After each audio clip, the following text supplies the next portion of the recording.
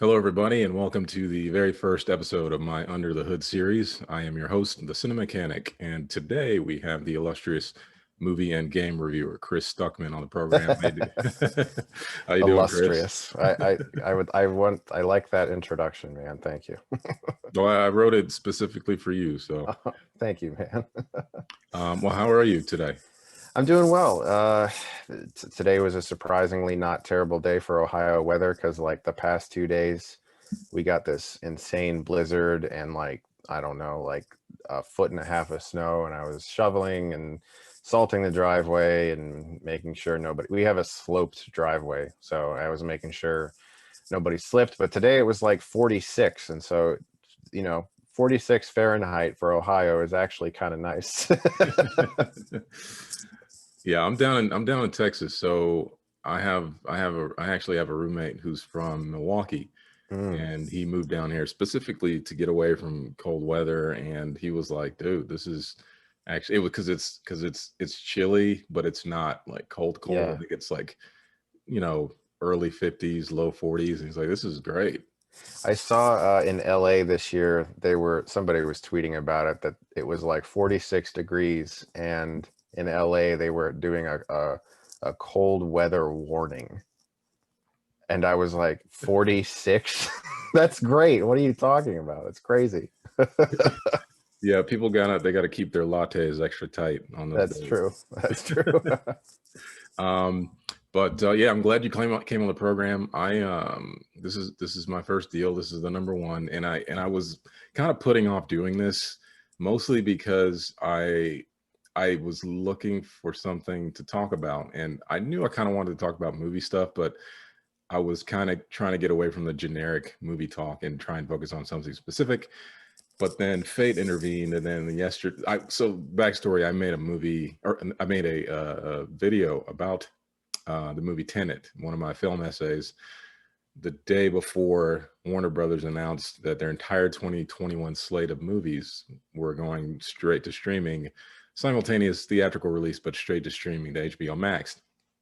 And I made that video of Tenet, and in the video, I started to talk about the ties between Tenet and the sort of inaudible dialogue and things like that, and the movie experience itself, and how this is indicative of how people maybe feel about the theatrical experience, that it's not always welcoming, and what's going to happen to theaters and yada yada yada. And then the next day we get this announcement, and I was like, oh, I gotta do this. Is a chance for me to jump on my new series. So you were the Yeah. first person I thought of, because you and made a video, coincidentally also made a video about your feelings about what's just happened.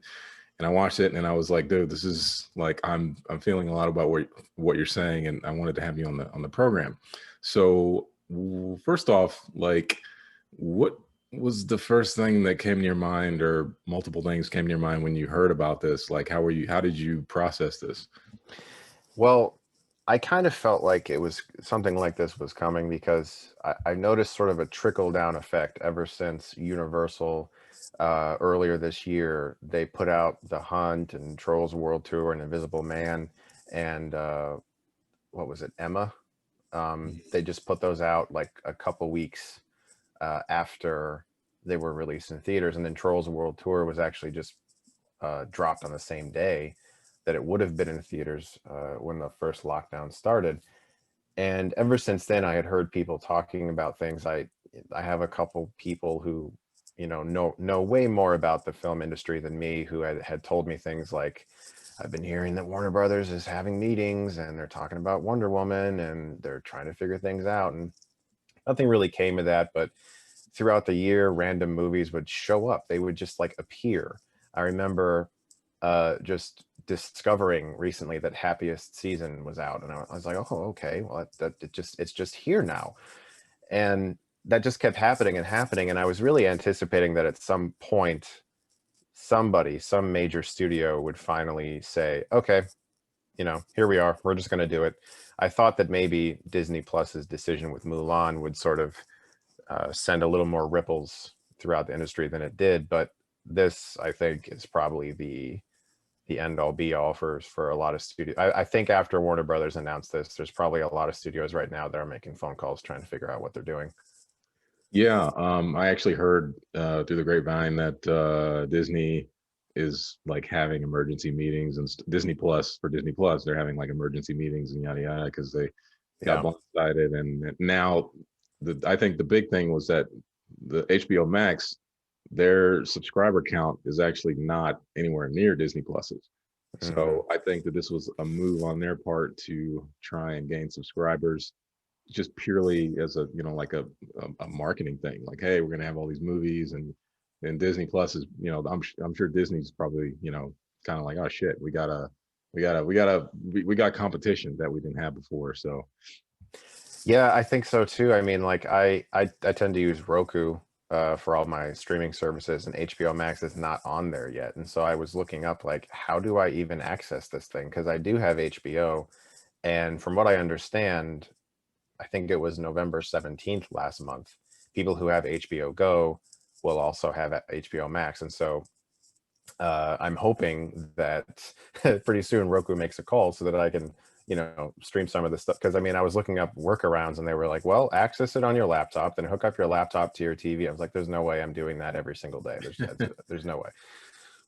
But yeah, I'm yeah, excited for it. I understand though the fear. I really do. I understand the fear for theaters, especially for independent and small theater chains. I have some buddies who run a theater in Akron called the Nightlight Theater, and they were the first theater in Akron to specialize in purely art house cinema, and it's just a one auditorium theater, and so they've had a really rough year because since they're a small one auditorium theater, they really were not comfortable reopening at all during the pandemic. And so they've had a pretty rough year. They've been doing a lot of virtual screenings, paid virtual screenings, and there's ways you can donate to them. But I feel for some of those theaters though, because I understand why they're scared when so many people have options to not leave their home. They're probably going to do that. But I think that was something else we wanted to talk about too, is just like sort of filtering the audience experience from like the people who really want to go to the theater and really appreciate going to the theater, and the people who just go to the theater because there's no other way for them to see the movie. right, right. Yeah, no, I think this entire thing is and it's weird how, history works. Like you look back on stuff and go, oh man, that must have been like a crazy time. People must have been like really feeling. I mean, I'm feeling, you know, things changing, but it's easy to feel like things are still normal. And I think things are like way past normal at this point. I think like we're seeing a Mm, huge shift in like the movie business and how people consume stuff and how they watch things, and people deciding, because even if there's a vaccine, when there's a vaccine, I don't think people are going to be super eager to jump right back into going out and doing stuff. sure. I think we're a social culture. We're always going to want to go out bars and clubs and concerts and theater and things like that. But I think it's again it's this has been like a big trauma to the whole world, to the country especially, and like I think people are a little bit hesitant to go right back into it. So, and that's and then on top of that, they have options to stream stuff now. And with Warner Brothers doing this, they're giving people more of an incentive to stay home. It's great that people have the option to do both, that to go to the theater, whatever theater is open, because, a lot of theaters just, they're probably not going to be open. And it's questionable if they're even going to, because theaters, at least the big chains, as far as I know, they've never shown a movie that streams simultaneously, as far as I can tell. Right. They just don't do that. So I think they had a rule against it. It had to be a certain amount of days. What was it, like 90 days or something? yeah, there was some kind of rule there, and it was like, and I can see their point of view, but I'm also like, it's a weird relationship because studios and theaters, I think they've always had this adversarial relationship where theaters are the studios don't necessarily like the theaters getting a certain amount of cut from the box office, and theaters not liking the arrangement for certain percentages that they're getting. And I think this is a moment where the studios have theaters over a barrel. I mean, they're kind of like, they're pretty much running the terms at this point. And I hear that some of the bigger chains are they're talking to Warner Brothers about what they can do deal wise to try and, I mean, they have to survive. I mean, they can't not have big movies. I mean, that's Yeah. their business model. So it's like, what are they going to do? And I feel like they are in a position where they're almost kind of screwed because, you know, that combined again with people not necessarily wanting to go back right away, and the numbers that need to happen in order for these big budget movies to make their money back. That was one of the things that I talked about in my Tenet video, which is, I mean, Tenet was supposed to be the sort of, it was being touted as saving cinemas. And I was skeptical about that from the beginning. I was like, well, look, I mean, it's the middle of the pandemic. I don't see the philosophy here. I mean, it's people just aren't going to show up enough to make the financials make sense. I mean, that's Right. it's an expensive movie, and it's like Tenet pretty much bombed. I mean, it made quite a bit of money, but not nearly as much as it needed to break even. So, Sure. that's the theatrical model. It's not, and it used to be, movies used to be a lot more, there used to be a lot more variety. There was comedies and dramas and science fiction and thrillers, and now it's comic book movies, it's sequels, it's big budget stuff that they push. And I feel like the theaters have kind of backed themselves into a corner a little bit, and the studios as well, because they're being fed all these huge movies, and they need tons of audiences to show up to justify that. So people aren't going to show up. What are they going to do? I mean, how are they going to keep the lights on? Hmm. Yeah, So I think one of the things that I mean, like, it's so hard because I find myself torn between wanting good films and wanting to support theaters, because obviously the theater is going to be, I mean, it's my church. I think it's Quentin Tarantino has like a phrase he uses when people try to ask him for an autograph if he's at a movie theater. My friend said that he says something along the lines of, "You're invading the sanctity of my church." So yeah, I'm paraphrasing, but that's kind of what he says when people approach him at a movie theater for an autograph, and that's how I feel about it. And so I'm torn though, because if Hollywood is forced to make less special effects heavy blockbusters and has to make more character driven content and less, epics, we might end up with better films, but it's at the expense of the theater experience. And so I'm sort of torn because, like, I think I love the theater a little too much. Like, I actually will go on eBay and look for memorabilia from like old theater chains that have since closed down that I went to when I was a kid, like General Cinemas. wow. Was a big one up in Ohio, and I would go there all the time. I used to And work, sorry to interrupt, but I used to work at General Cinema, but go ahead. oh wow, Yeah, that's yeah, awesome. yeah. That is so fucking cool. Oh Yeah. man, I used to go there and play House of the Dead 3. They had like one of those like Hydro Thunder Yep. uh, Yep. arcades. So cool. Oh my god, what a great time. And but I'll look for like cups or old popcorn boxes that are were never used that have this, and I just collect that shit because it's important to me. And I feel like a lot of my development as a film lover came from going there. And so I I have a hard time. I know that people said the same thing about Blockbuster and stuff, but I have a hard time thinking that theaters will somehow just go away. I just think that things are going to change, and that's always terrifying. We like, I said this in my video, we like when we can kind of predict the routine, and we sort of feel comfortable knowing how things work, but change always happens. And I think it's just going to be about on how theaters and studios learn to adapt to this change. Like I said in the video I made, I think something that could really help is if studios don't take as much money from tickets that are sold at theaters, because they're going to be making a shit ton of money on their streaming services too. Right. So maybe give the theaters a better profit, and that would help them too. So there's ways around it, but I mean, I'm no financial analyst, but there's ways around it that I think could really benefit both.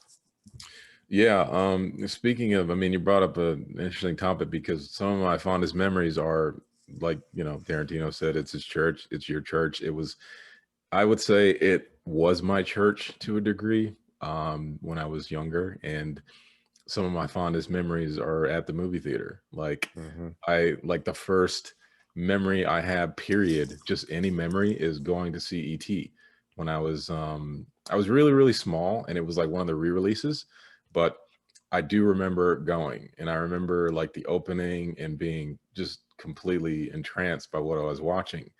I Mm. I didn't even know, I didn't know what was happening. I was like, oh, there's a screen and stuff is happening on it and looks amazing, and there's these Yes.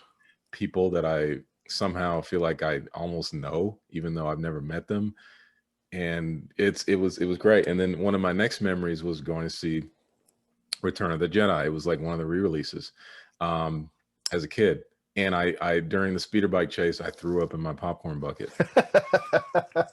And it was amazing. Like I Yeah. wiped my mouth off and I put the bucket down and I just kept going.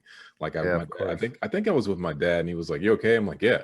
Like, this is amazing. Like, I'll throw up again. I don't care.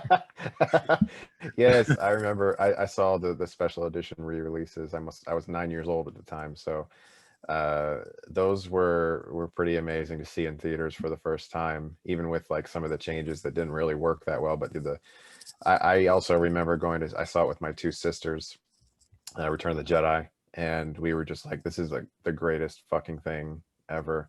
The earliest memory I have of a movie, and this has changed a few times because it used to be The Lion King in '94, but then a friend was randomly talking about that Three Musketeers movie with like Tim Curry, Hmm.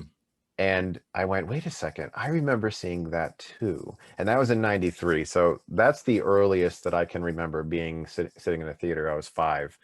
And but basically all of my aha moments in life usually revolved around a movie in some way, where I went, something clicked, and I realized, okay, this means something to me. This is something I understand.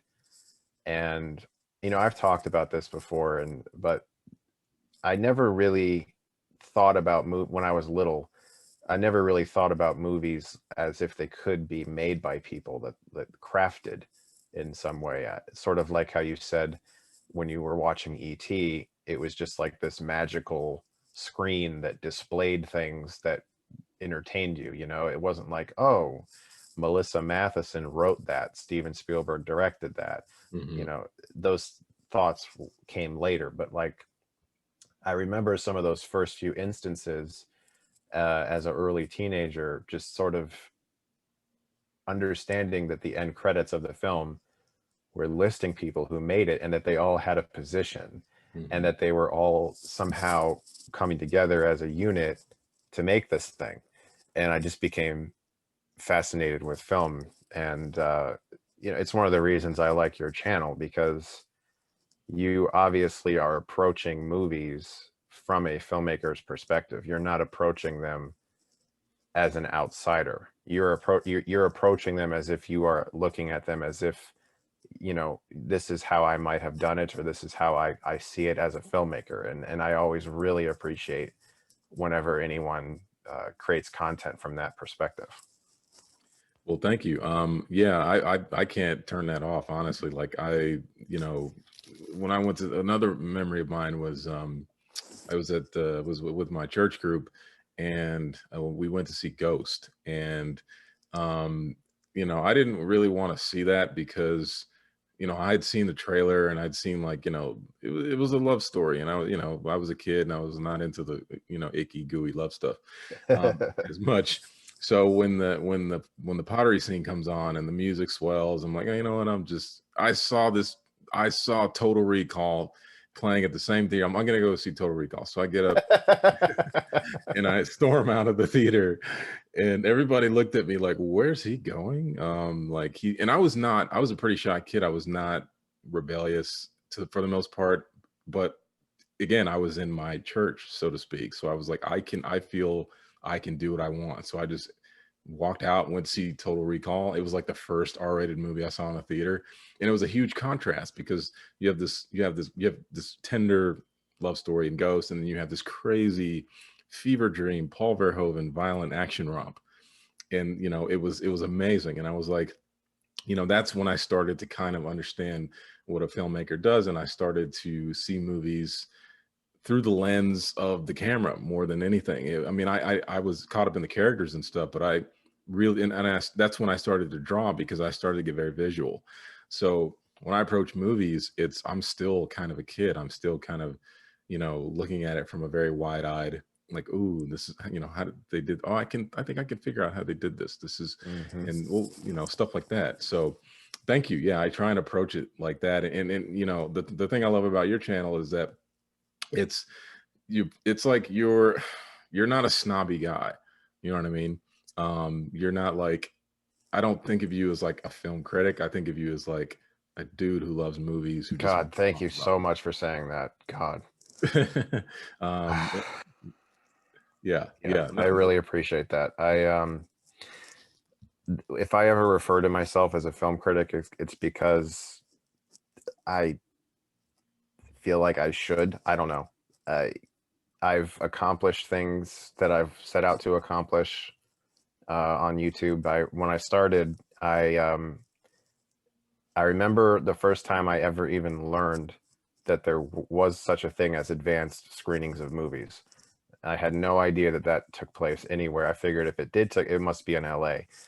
And somebody was like, no, no, no, they do them in Cleveland. And one of the first ones I went to, I think, was Shutter Island, and in 2010, and it was just as a member of the public. And it was because somebody who was there had won, a buddy of mine had won tickets off the radio to this screening, and he had a guest pass. So he was like, yeah, come to the Shutter Island thing. I was like, oh, sweet, okay. And I remember just being like, wait a second, what are these reserved seats for? Oh, that's for the press. There's press in Cleveland? Like, I didn't understand that, you know what I mean? And it took me a couple years to convince the press agencies out here, there's two of them, uh, to allow me to have a reserved seat as a critic, because the idea of reviewing movies on YouTube was like, whatever, what publication are you a part of, what's your outlet? And I'd be like, YouTube. And they're like, yeah, that doesn't count. So it took a long fucking time for that platform to gain any respect. And I can't really blame studios or press agencies when you got people uploading videos of smacking people in the head with dead fish and shit. It's like you can't really respect it that much. But gratefully now it's changed, and I, just the idea, like, of being on Rotten Tomatoes and being a member of the Broadcast Film Critics Association, and to me, that was the big thing, though. I wanted to be in the BFCA because you get those Academy screeners at the end of the year. right. And for somebody in Akron, I'm 45 minutes south of Cleveland, and so and Cleveland is basically, except for sometimes Akron at the Nightlight Theater, Cleveland was basically the only place that would get like some of those art house films, independent films. And then more towards like January, even into the first week of February, they start expanding lower throughout Ohio. So getting those screeners was like a major help for like doing the best of the year list at the end of the year. But um, film criticism, I guess if you look up what I'm doing on YouTube in the dictionary, it would say that. It would say film criticism, but I've just never felt that way. I've always just felt like I want to make films, and I do make films, and I like uh, connecting with other people who also feel that way. And so, damn, I really appreciate you saying that. Yeah, no problem, man. And speaking of screeners, I lived in Los Angeles, and I had filmmaker friends, and I'd actually get my hands on some of those screeners. And because I mean, a lot of that stuff kind of floats around the town in Los Angeles. Um, and I think one of the big things that the Academy was a little wary of was, I think they wanted people as much as possible to go see stuff in a theater, because when they're, I think when you judge a movie, again, this is the difference between streaming or video, so to speak, and the theatrical experience, is that I think their reasoning is that you get more of an impression of what the filmmaker's intent is when you go see it in the theater, because that's what it's kind of designed for. Yeah. And now that we're, and you were talking about some of this in your video, which is the experience of going to a theater versus streaming, and I was like, it really started to make me think, because I've been trying to come to terms with how I feel about movies over the last few years, and something has definitely changed in me. And I know this coincides with me watching more content on streaming. And I know that that has something to do with it. Now, like, I just watched Possessor the other night. I rented it, and I've got, a pretty good 55-inch OLED 4K TV. It's really nice. Possessor looked amazing on it, and I love the movie.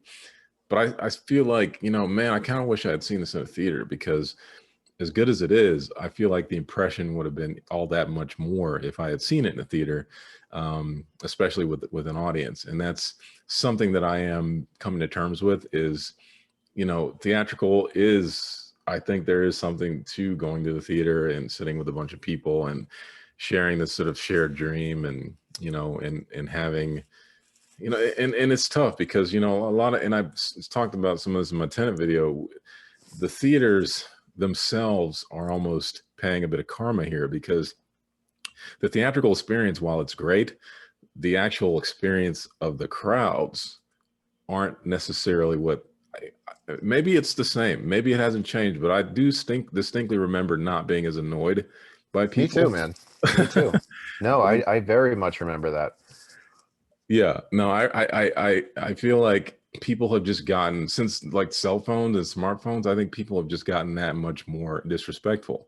And it's like, I go to the movies, and the chances that I'm gonna like run into somebody in the theater, or multiple people who are either on their phone or they're talking, or it's astronomically high, to the point where I used to not do this. I wouldn't, when I went to the movies when I was younger, I would just go. I'm like, oh, I want to see this. Now, when I go, I'm kind of like, I'm thinking in the back of my head, am I going to run into somebody?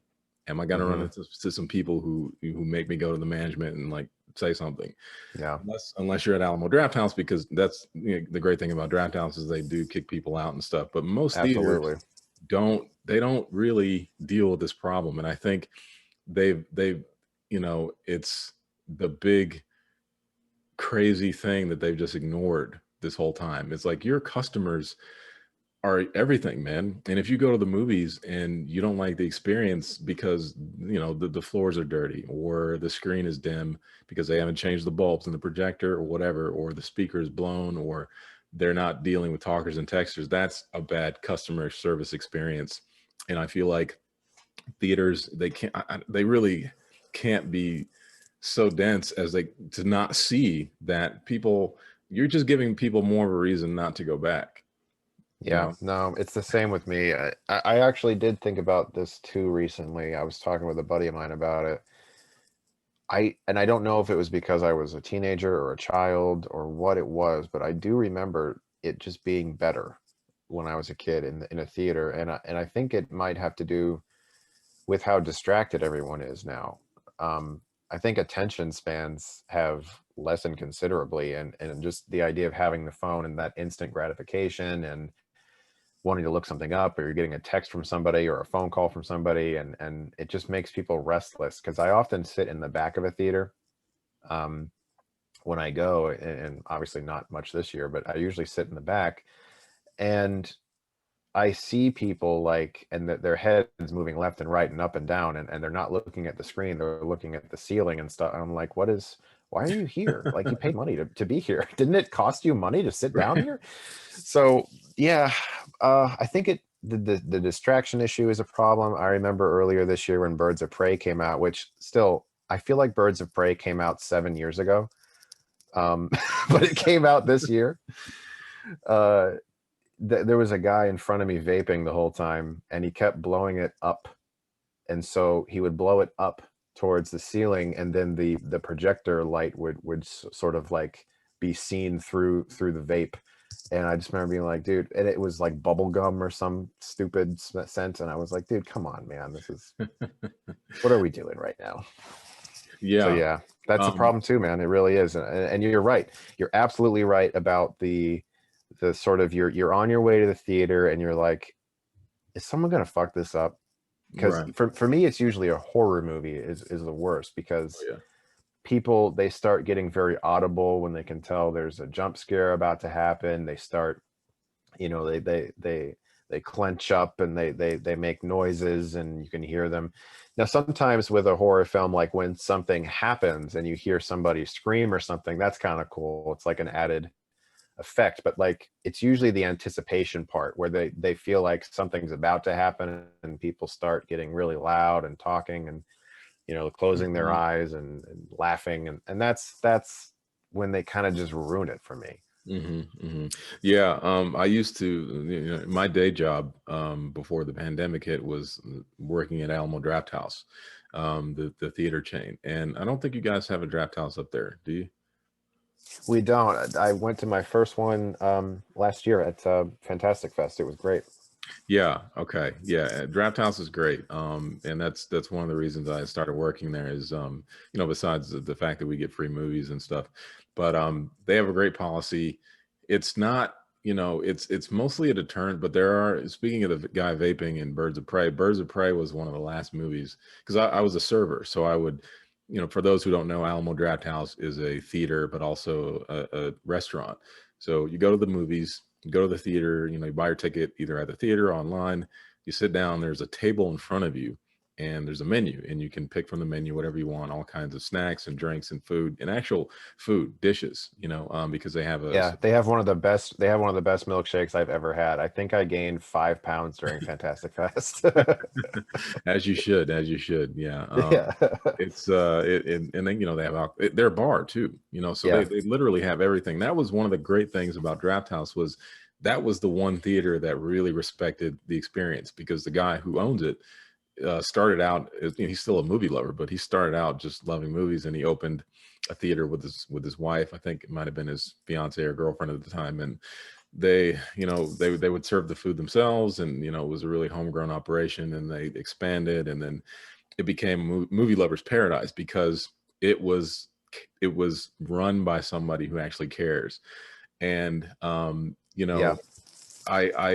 and there are draft houses, there are quite a few draft houses out there in the country, but to me there's not enough. I kind of wish that every theater was like, I feel like if every theater was like Draft House, it would just be different. I mean, people would It would. probably go to the movies more, I agree. I really do. I mean, you're always going to get those people who want to sit in the back corner and make out the whole time, but like in general, I think there would be more people who actually think, if this was a good experience, I'd go. If I felt comfortable, I'd go. If I feel like I'm not, because the other thing that started recently was reserved seats. Like yeah.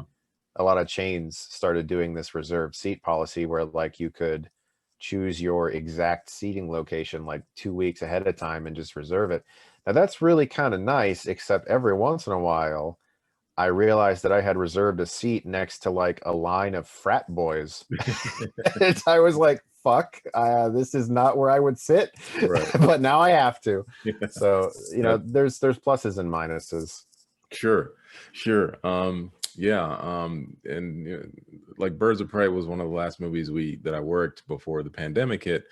And I don't think it was that movie. It might have been something else, but I do remember a guy vaping, because our policy was basically you put it so when you're at your seat, there's a railing in front of you, and then you have these small, almost index card sized order cards that you can write your order on. You can write anything on them, and you put the order card up vertically so that the server who's supposed to check the theater every few minutes can see that you have an order card up, and they grab it and they read it.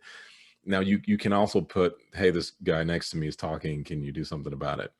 And um, our policy is, you take it to the manager goes and talks to the person, gives them a warning. If the disruption continues, they are supposed to throw the person out, and they 99% of the time they do, unless there's a special case. Sometimes people, honestly, they get it wrong. They think the person like maybe two seats down is talking, and it's not actually them.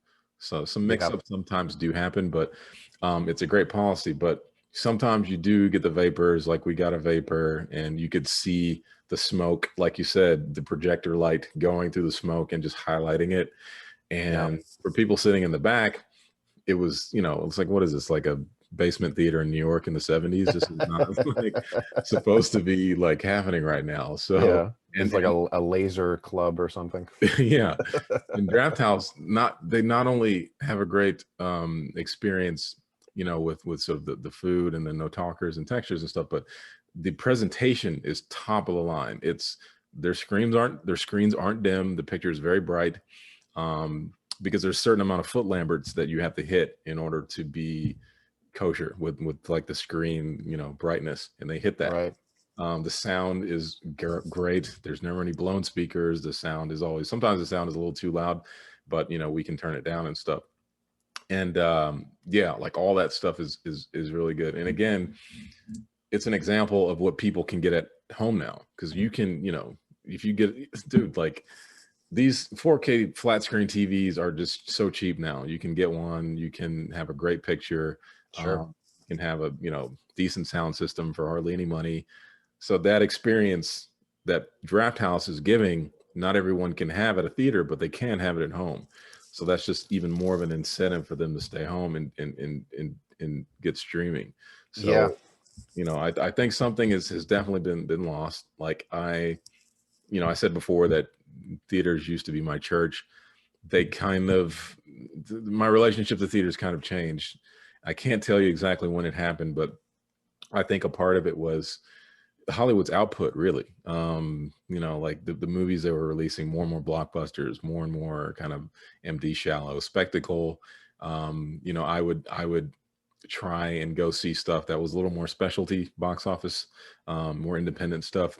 But I do like big, expensive movies, but I would like stuff that was more, I don't know, just a little less comic booky, sequely, a little less crass, a little less shallow. Yeah. Um, I do enjoy the Marvel films. I do think Marvel has its specific style and brand that lends itself more to almost like a television show than a movie theater experience, because it looks great, don't get me wrong, but I don't know, there's just something about it that feels a little like, oh, on the next episode of Captain America, we're going to find him. Yeah. It's definitely very episodic and narrative style. Yeah. And one of the great things about the movies is like you don't know what you're going to it's a great way to surprise people. And I feel like Hollywood is doing that less and less now. It's like, oh, well, we know that Captain America is going to save the day and stuff like that, and that's fine. But I think that because of the pandemic and what's happening, is studios may end up making even bigger movies because they may end up making fewer of them and putting a lot of stuff on streaming. And Avatar 2 and 3, they're actually done. I mean, I know Avatar 2 is done. I think 3 is close to being done. So it'll be interesting to see what happens with those, because those movies, I think the budgets were like close to $1 billion all in terms of like what they're trying to do. So Jesus. yeah. So I don't think they can just dump those on streaming. I think Fox, meaning Disney, has to figure out some kind of strategy because to make those movies profitable, tons of people are going to have to go and see them. So I don't know. I mean, it may get to a point where you see studios doing Avatar, not specifically Avatar, but Avatar like huge, gigantic, super budgeted movies, maybe a couple of times a year instead of all year like they do now. But Could be. yeah, I don't know. It's a weird time. It's a weird time. Yeah, I think for me, like you had mentioned, like you weren't entirely sure how to pinpoint when you became a little more disinterested in going to the theater. For me, I think it was when the mid-range budget movie kind of just vanished from Hollywood. All of a sudden, it was like you were either making a horror movie for $1 to $10 million, or you were making an MCU movie. Right. And all of a sudden, these like $30 to $40 million movies just stopped happening. Or if they did happen, it was very rare. And I started thinking about that while watching Mank. And if you haven't, I won't spoil it. I know it just came out today. If anyone, Oh, that's right. Yeah. I gotta watch now, that. Now I don't know what the budget was. It probably was high, but it's a black and white movie about the making of Citizen Kane. And I realized while watching it that this movie would never, ever be made if David Fincher didn't show interest in it. And that's it. I mean, like these films that Hollywood makes, and like you, I also will get very excited to watch a big movie. I'm always going to be excited to watch a big movie. I'm a kid at heart. But I also want to watch some of these films where like Mank, for instance, and of course indie movies. But there was this time period where Hollywood made humongous movies with giant A-list stars that were like these 30 to 60 million dollar movies, and they did really, really well. And suddenly they just stopped doing it. And we're like, we're all in on comic book movies, we're all in on Star Wars, we're all in on all this stuff. And that's fun, but I think for me it was the variety, the loss of variety. Yeah, I yeah. remember I remember as a kid it felt like there was just a different kind of movie every week, and now it feels like we have these two or three different kinds of films that we see, and even movies that are outside of that feel like they're trying to be that. Or I can't tell you how many times I've said the phrase in a review the past couple years that a movie is trying to be like a Marvel movie, because there's so many of that are just trying to emulate that feel. And so it's for me it was the loss of the mid-range budget movie, and then just a feeling that variety isn't as in regards to the theater. Now, granted, indie, totally different. Indie movies are amazing. There's every different kind of movie, every different kind of perspective, different cultures, everything. Like there's so much in indie film, but for the average movie goer who's going to just go to like, a Regal or an AMC that isn't going to show those movies, they have like three different kinds of movies to choose from. Right, right. Yeah. Yeah, it's funny that you mentioned movies that Hollywood used to make. I just finished a video on Starship Troopers. Oh Um, yeah. and in the video, I basically say that I think Starship Troopers is like one of the last big budget Hollywood movies that took these kinds of chances, Yeah. because the movie is like, it's insane. I mean, it's basically a movie about fascism, but it's from the perspective of a fascist society, meaning the entire movie is from the perspective of a fascist society. It's not a movie that says, hey, fascism is wrong. If you watch it, it's almost like a recruiting video for fascism. Yeah. And it's brilliant because Paul Verhoeven, he approached it like, it was like, look, you can make the rah rah fascism is wrong version of this movie and maybe it'll be good, but I'm more interested in getting to the heart of fascism and what it actually does. And if you watch the movie from just a pure crowd pleasing audience point of view, you get those highs and those rushes. There's, those crazy action sequences with the bugs and the special effects, they still hold up. They're great. They look amazing. But then there's this other layer underneath it where, and I remember seeing this in the theater with my friends, and we were watching it and we were kind of like, this is all great and everything, but it feels like almost wrong. It just, not that it shouldn't have been made, but it felt like there was, whoever made this movie was like playing a huge or joke on the audience, Hmm. in a way that was kind of like, hey, you need to really pay attention to this because it's not all fun and games. And Hollywood spent a lot of money on that movie, and I don't think it made much money. And I think that's like one of the last Hollywood movies that took a chance on its subject matter to that degree. And I don't think Hollywood is comfortable doing that anymore. I think they're a lot more comfortable having a formula that they can control, so that even if the movie fails, they can say, hey, at least we followed the formula. You can't blame us. Right. You Yeah, know? I think that like Starship Troopers has like that kind of satirical edginess to it that you don't really see that much. Like you said, Borat was another one of those movies too, Mhm. where it's like, hey, we know we have this character saying these things. We're not saying it's good to say these things. We're just pointing out that some people actually act like this. So it is true. Hollywood does not really take too many chances anymore, but when they do, like Starship Troopers or like Borat, and they get it right, the money does roll in. Hmm. Yeah. Yeah. Yeah. Yeah. Like, and I'm kind of skeptical about how much they will carry that over into streaming, because even with streaming, I mean, like there's still stuff like I was watching, I don't know if you saw Michael Bay's new movie on Netflix, Six Underground. I saw 22 minutes of it. In my opinion, it's the most Michael Bay movie Michael Bay has ever made. Yeah.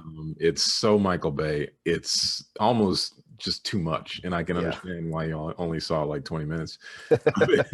And you probably didn't even make it past the chase scene, did you? Or I think after the chase scene, I was like, all right, I'm good. okay, yeah, no, because the chase scene is almost like it's like a 20-minute short. Yeah. It's like and then it gets crazier and crazier, but then it's also incredibly shallow. It's like I love Michael Bay. Michael Bay, to me, Michael Bay is an auteur. Like to me, he's as much of an auteur as, Spielberg or Scorsese. He has a very, very distinct point of view, even though he makes action movies. He Mhm. does them in a very Michael Bay way. And I think that he also has his point of view, but it's also a very shallow kind of, he comes from commercials, and you can totally see that in his work. It's like this has all the substance of a commercial, even though it's 2 hours long. You know what I mean? Yeah. Yeah, and it's like he make I mean, and it looks great. I mean, it looks like a big screen movie. It looks like a theatrical Sure. movie. And Netflix gave him the money and stuff. And it's like, I don't know, maybe Six Underground would have played better in the theater. You know what I mean? I don't, maybe, I'm not It could sure. have. I think that like with Michael Bay, and I said this in my Transformers reviews, he's amazing with production. I mean, his productions are airtight. They're insanely well crafted. I don't really like the way he edits, but that's a stylistic choice. But when it comes to like, it's very easy to hate on Michael Bay, is what I'm saying. And yeah, some of the stories I've read don't sound great, but in regards to his films, most people would not be able to do what he does. He's very, very, very good at making movies. It's just that I don't find his narratives or stories ever very engaging, or his characters, but like his approaches to action scenes. Like I watched The Rock the other day with my friend. He had never seen it, and he loves Sean Connery and Nicolas Cage, and I was like, dude, you gotta watch The Rock, man. It's like, you know, it is like the Michael Bay movie. And so, Yep. and I was like, yeah, this movie is good. But that also, it had his things, like fast moving characters walking down the hallways with papers and pamphlets and barking military orders, and all the switches and knobs that they're turning. We don't know what the switches and knobs do, but people are pressing them, just stuff like that.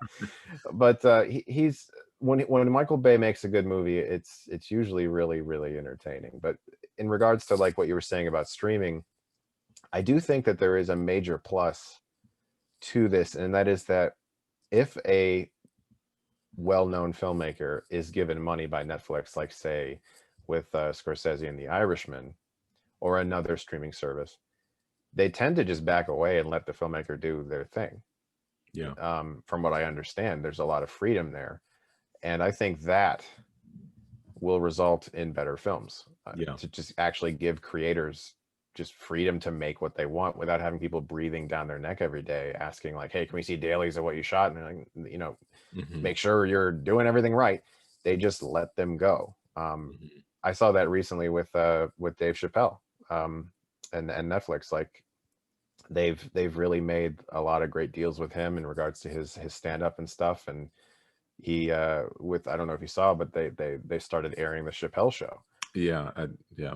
and he was like, I don't want you to do that. I'm not making any money off of it. And they just took Right. it off. And I was like, oh, okay, that's pretty legit. And Netflix did that because they could probably get a lot of people watching the Chappelle show, and he was uncomfortable with it, and they wanted to make their creator feel good. And so that's cool. That will result in better content from people. Yeah, I agree. Because Netflix, they do have, a very Netflixy type of way of doing things. You know, I've heard stories where, you know, they literally have an algorithm that shows when people stop watching a movie. Like they can pinpoint the exact moment you pause it, you stop watching, stuff like that. So I think they use that to create like I don't know what you call it, a flow chart or something of, if you put this in a movie, people might stop watching or something. And depending Yep. on the filmmaker, they, you know, some are probably more incentivized to follow Netflix's advice, and some, like, you know, Scorsese or Michael Bay or whoever, are, you know, probably more inclined to just do what they want.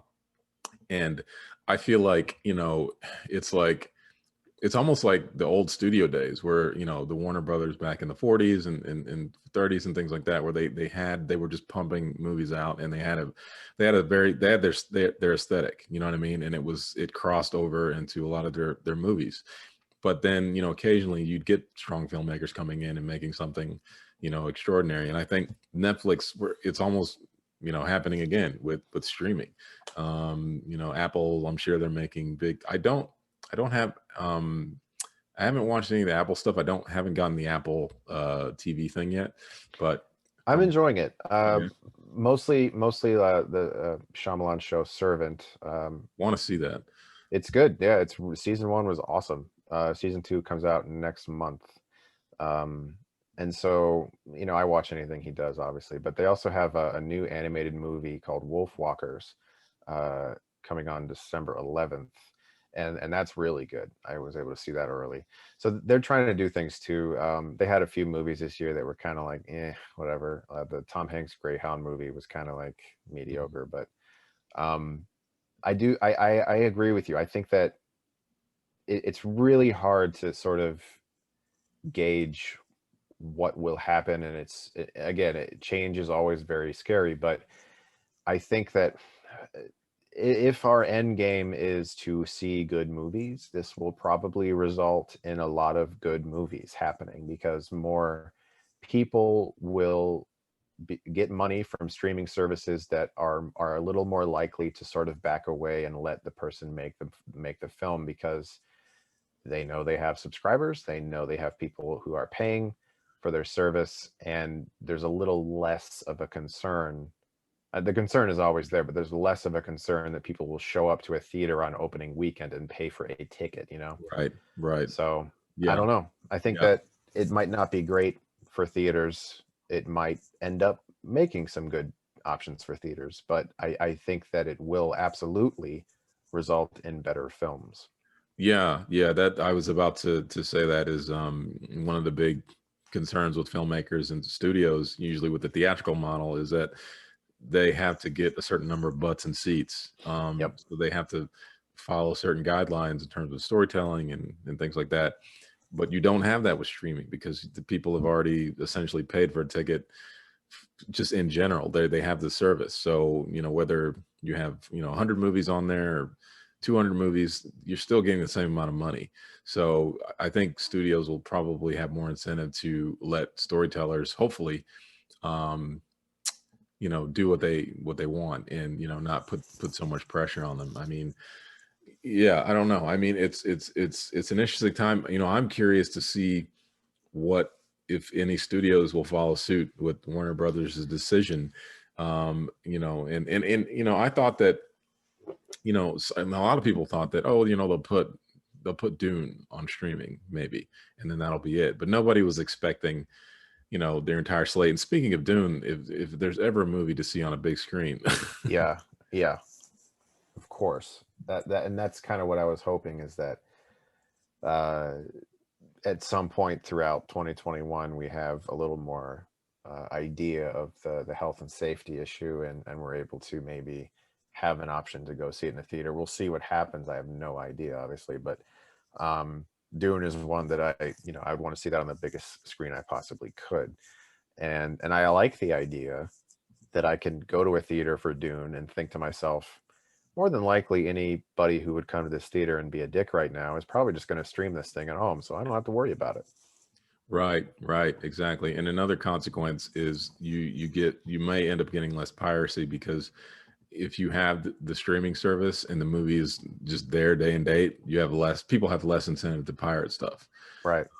So that's, that's another thing. And I'm sure studios have that in mind. They're thinking about, how can we not lose as much money with piracy? Okay, we have a streaming service.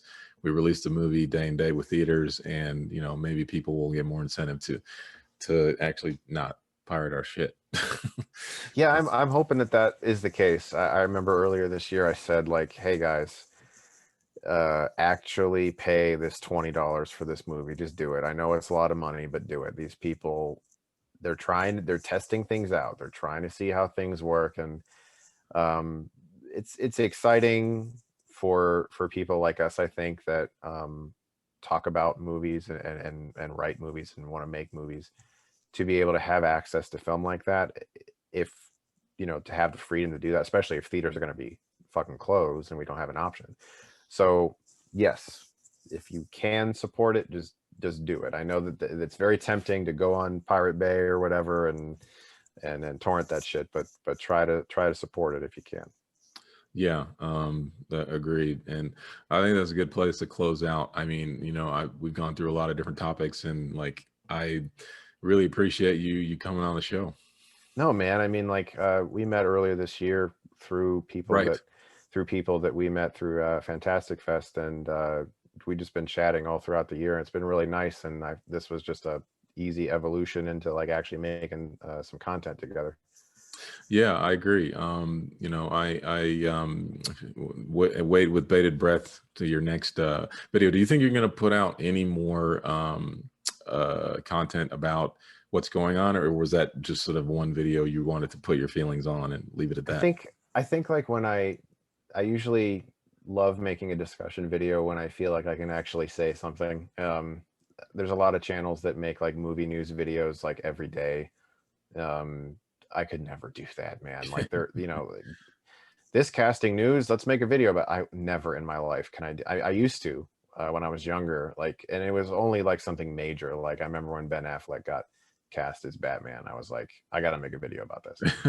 And I said that I thought it was a good idea and that he would do great. And I thought he did do great. But when something like this happens, I want to talk about it, because that feels monumental to me. It feels special. It feels like there's just so many variables that could be discussed. So I think that if something else like this happens and it could generate new discussions that I haven't had, then yes, I would love to do that. But I think like what I've always wanted to do with my channel over the past couple of years is sort of just continue doing movie reviews and the Halloween special, but sort of transition into talking a little bit more about just filmmaking in general, and thoughts on film, and being on set with people, and just sort of figuring out what I want to do with it.